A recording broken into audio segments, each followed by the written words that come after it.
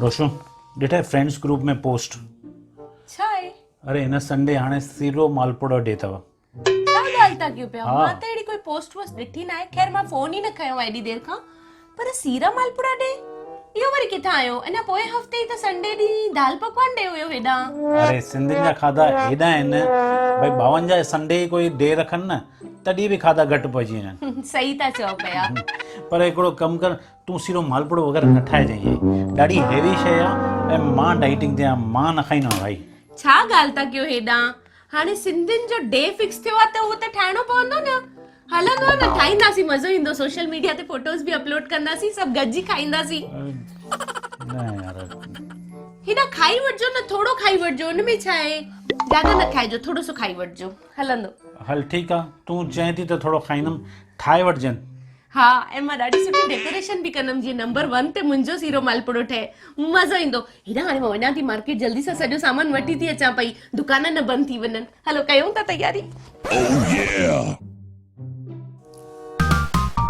रोशो सुभाणे संडे अथई, हा, सुभाणे टिकियूं बसरनि जो डे अथई। बसरनि जो डे? हा, टिकी बसर डे। हे छा सिंधियुनि खे मश्करी लॻी अथनि छा हेॾां? दाल पकवान डे, पोइ सीरो मालपुड़ो डे, वरी कढ़ी चांवर डे, हाणे इहो चौथो हफ़्तो, वरी टिकियूं बसर। तव्हांखे ख़बर पए थी टिकियूं बसरनि में केॾो टाइम लॻंदो आहे? बेसण जूं हेॾियूं टिकियूं ठाहे, अटो ॻोहे, हेॾो मोइण विझ, वरी उनखां पोइ हेॾा सारा बसर कट, हेॾा असांजी त तीक निकिरी वेंदी हेॾा हीअं डे डे करे।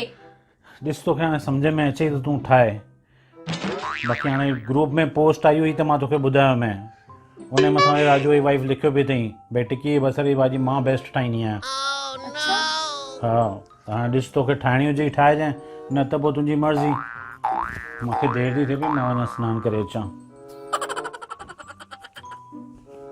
हिननि जो फोन पियो आहे, ॾिसां ज़रा ग्रुप में छा पोस्ट आई आहे।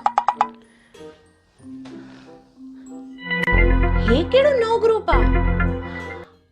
अरे हे अलॻि सां हिकिड़ो हिननि दोस्तनि बि ग्रुप ठाहियो आहे। हे छा था ॻाल्हाइनि हिन में? हाँ, तोभा हे डेज़ वे सभु सीरो मालपुड़ो डे सभु पाण में डिसाइड कयो अथऊं। हे कोई किथां आयो न आहे, हिननि पाण में डिसाइड करे असांजी हीअ तीक कढी छॾी अथऊं। केॾो थकिजी था पऊं पिया असां इहो सभु ठाहे ठाहे। हीअ त हद थी वई। अचनि मां हिननि खे छॾींदीसां न।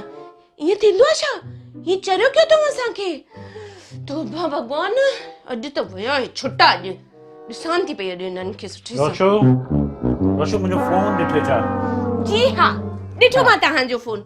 हे आहे तव्हांजो फोन ऐं हिन में छा आहे मां इहो बि ॾिठो आहे। छा छा छा छा आहे? छा आहे? हे तव्हांजो हिकिड़ो नयो ग्रुप ठहियल आहे, उन में मां ॾिठो कि तव्हांजी शादी चैटिंग हले पई। हे किथां ॾींहं अचनि कोन था, हे सभु दोस्त मिली पाण था ठाहियो ॾींहं, असांखे वेठा चरियो था कयो पिया। ख़बर पएव थी? उहो असां तव्हांजे लाइ पिया कयूं, जीअं तव्हां ख़ुशि थींदी आहियो न। अच्छा, ठाहे करे पकवान कि पंहिंजे खाइण जा शौक़ पिया पूरा कयो। हद थींदी आहे हिन ॻाल्हि जी। हाणे हीअ डेज़ आहे न, न इहे डेज़ हाणे असां डिसाइड कंदासीं। ऐं सुभाणे ख़बर अथव कहिड़ो ॾींहुं आहे? सुभाणे अथव सट कुट डे, जंहिंमें सुबुह खां राति ताणी असां तव्हांखे सटींदासीं।